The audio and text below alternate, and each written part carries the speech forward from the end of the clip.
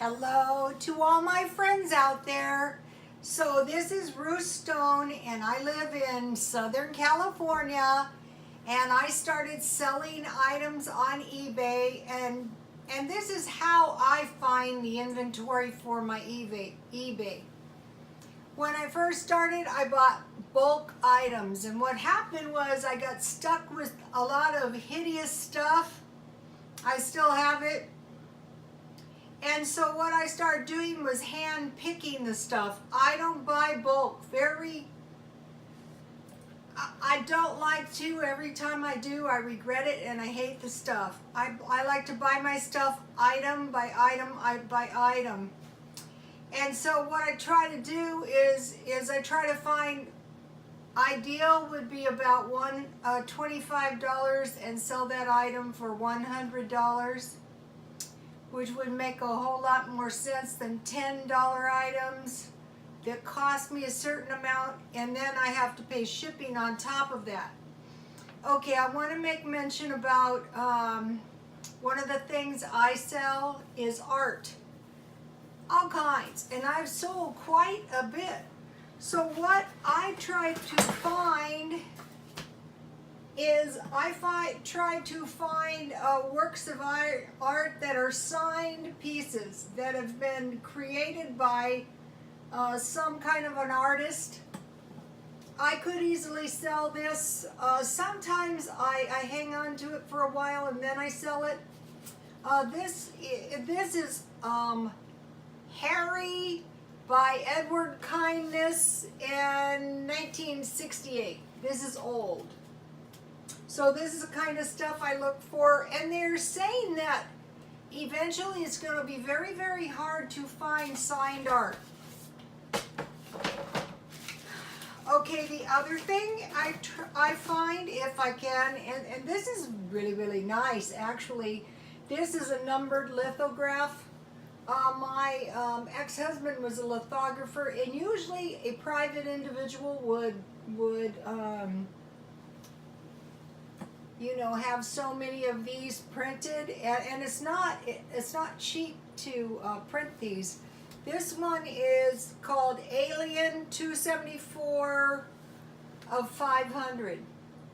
But what has to be remembered is that 274 is one of a kind. Also what happens is that these get lost, these get destroyed, and then pretty soon there's not that many of them around. For one thing, there was only 500 in the first place. So if you can find good lithos, those are nice to collect and to sell. So I pick the stuff, I hand pick the stuff. I would sell this for $1,000 or I wouldn't sell it. This is a really nice lithograph. Okay, so now books. I have a place I can find books for 10 cents, and sometimes the most I want to pay for a book is maybe 50 cents, and then the least I want to sell a book is $10, and they pay shipping. I have had good luck with I had one on the art of nunchucks. I had one, some kind of business book, and you know, there's a lot of horse racing fanatics, so I selected this one. I hand pick them. Okay, the other thing is cards. Let's see, oh, here it is. Okay, so I bought this little card collection. I bought these cards for $4. And so when I wanted to price my card, okay, this one card is worth almost $5. I'm not familiar with this brand. Harpy Lady Sisters. Okay, so what I did is when I listed it, eBay will give you an approximate value. So all kinds of cards. I have bought collections of tarot cards before. Those can be very valuable. The only problem I had was the tarot cards I bought were so incredible evil I had to get them out of my house before I couldn't stand them in my house. And I had them priced at $500, but I donated them. So if you're hardy, if you can find very old, or not even old, but what I had was a pretty big collection. If you can find, especially old ones, they can be rather valuable, so keep your eye peeled at that. Okay, now the other thing is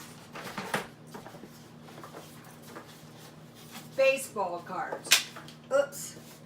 And this just so happens to have a coin collection. That's the one thing, if you can find them, you know, you'd be wise to snap them up. But the thing about baseball cards is you have to be very, very careful because some of them are very, very valuable. So when you buy, and collectors are strange too because they'll collect anything. I mean, there could be a very valuable card in and amongst not valuable cards. So you want to go through your baseball cards one by one by one. And then this is some kind of little, this was in there. This is some kind of little coin collection. I think what it was is maybe when they first started doing the quarters for each state, something like that. So I also bought, certain kinds of collections. Sometimes I bought huge rock collections and I sold those at the swap meet. I bought a spoon collection. I don't find spoons to be worth bothering, but I'm a collector of spoons, so you know, if I find them cheap, I will buy them. But mostly I hand pick the stuff. Okay, now just a word about jewelry. Okay, when I was selling jewelry at the swap meet, all of these I could find, I could sell. And I try to find rings and bracelets that go together to sell them like a pair. And then same thing here. These aren't horribly valuable ambers, but a lot of women dearly love them. And if you can find a set, it's a lot more valuable. I better be careful with my baseball cards. And if you find the little sets like this, grab these up too, because you don't know what's in there really. You have to go through them one at a time. So I'm not saying I won't buy huge amounts of stuff. It depends what I've found. But I have found when you buy one item, one decent purse. Oh, and a word about these earrings. Okay, if you can find vintage earrings, decent, I don't know if you can see these. Okay, I wanted to make a mention. So say I find something like this, I take my magnifying glass and I check them out for logos to see, you never know what you might find. And also you can't assume that there's absolutely no value on this vintage jewelry just because you can't seem to locate a logo. Even some very, very old Monet jewelry could be a bit valuable. And the other one I try to find is a vintage Sarah Coventry jewelry too. So I pick everything by the piece now. Rarely do I buy bulk, and every time I do, I really hate it. So that's the way I acquire my inventory, and God bless you all.